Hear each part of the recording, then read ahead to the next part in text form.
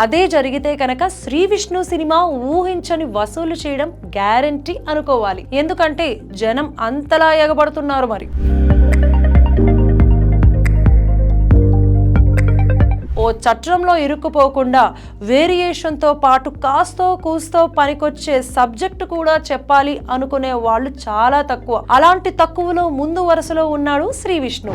Single hit పడిన తర్వాత sequel వస్తుందని ఆల్రెడీ ఆఖర్లో చూపించేశాడు. ఈ దెబ్బతో మరికొన్ని ప్రయోగాలు చేయడానికి రెడీ అవ్వడం కూడా మామూలే అని ఫ్యాన్స్ అనుకుంటున్నారు. ఈ లెక్కన ఒక సింగిల్ హిట్ ఇటు ఆడియన్స్ కి నవ్వులు, అటు శ్రీ విష్ణుకి కొత్త ప్రయోగాలు చేసేందుకు అవకాశాన్ని ఇచ్చింది అనుకోవాలేమో.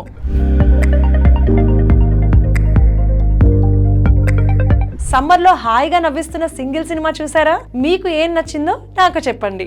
Let's share on Key Colours. Don't forget to subscribe Key Colours. Thanks for watching.